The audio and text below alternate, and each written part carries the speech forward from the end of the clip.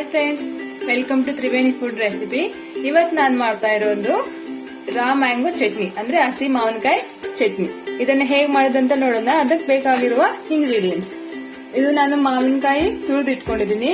ಇದು ಹುಳಿ ಮಾವಿನಕಾಯಿ, ರುಚಿಗೆ ತಕ್ಕಷ್ಟು ಉಪ್ಪು, ಬೆಳ್ಳುಳ್ಳಿ, ಮೆಂತ್ಯ ಅರ್ಧ ಸ್ಪೂನು, ಒಗ್ಗರಣೆಗೆ ಕರಿಬೇವು, ಒಣಮೆಣಸಿನಕಾಯಿ, ಇದು 2 ಟೇಬಲ್ ಸ್ಪೂನ್ ಸಾಸಿವೆ. ಇದನ್ನು ಹುರಿಬೇಕು. ಮೆಣಸಿನ ಪುಡಿ, ಹೀಗೆ ಸಾಸಿವೆ ಮತ್ತೆ ಮೆಂತ್ಯ ಎರಡು ಹುರ್ಕೊಳ್ಳೋಣ.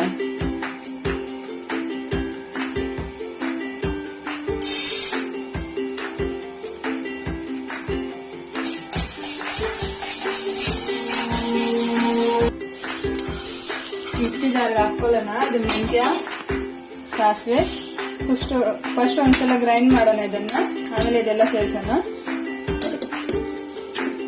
ಗ್ರೈಂಡ್ ಮಾಡಿದ್ನಿ. ಇದಕ್ಕೆ ಬೆಳ್ಳುಳ್ಳಿ, ಮ್ಯಾಂಗೋ,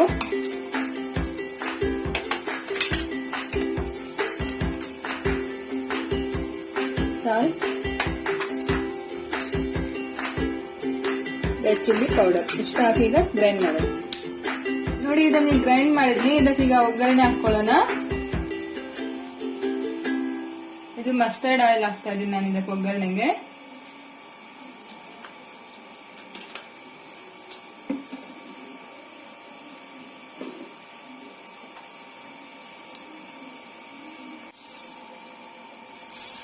ಒಂದು ಟೇಬಲ್ ಸ್ಪೂನ್ ಸಾಸಿವೆ, ಜೀರಿಗೆ ಹಾಕಿದ್ದೀನಿ.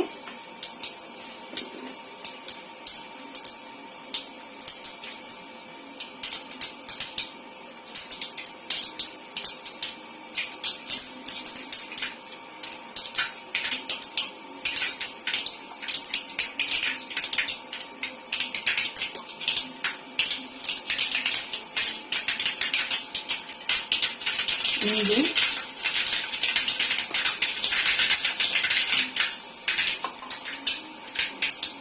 ಒಣಮೆಣಸಿನಕಾಯಿ,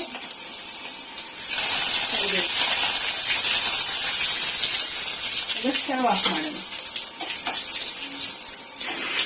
ಈ ಒಗ್ಗರಣೆ ಇದಕ್ಕೆ ಚಟ್ನಿ ಹಾಕೊಳ್ಳೋಣ. ಇದು ನೋಡಿ, 1 ವಾರ ಆದ್ರೂ ಹಾಳಾಗೋದಿಲ್ಲ. 1 ವಾರದವರೆಗೂ ಇಟ್ಕೊಂಡು ತಿನ್ಬೋದು. ತುಂಬಾನೇ ಚಪಾತಿ ಜೊತೆ, ಮುದ್ದೆ ಜೊತೆ ಎಲ್ಲ ಚೆನ್ನಾಗಿರುತ್ತೆ.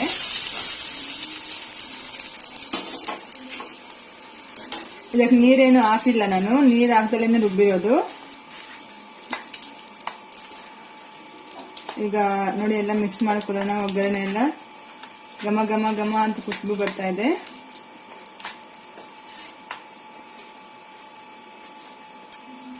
ಓಕೆ ಫ್ರೆಂಡ್ಸ್, ನೋಡಿದ್ರಲ್ವಾ ಮಾವಿನಕಾಯಿ ಚಟ್ನಿ ಹೇಗ್ ಮಾಡೋದಂತ.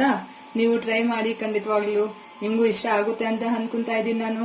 ಈ ವಿಡಿಯೋ ನಿಮ್ಗೆ ಇಷ್ಟ ಆದಲ್ಲಿ ಲೈಕ್ ಮಾಡಿ, ಶೇರ್ ಮಾಡಿ, ಮತ್ತಷ್ಟು ಈಸಿ ರೆಸಿಪಿಗಾಗಿ ಸಬ್ಸ್ಕ್ರೈಬ್ ಆಗೋದನ್ನು ಮರಿಬೇಡಿ. Okay, thank you very much.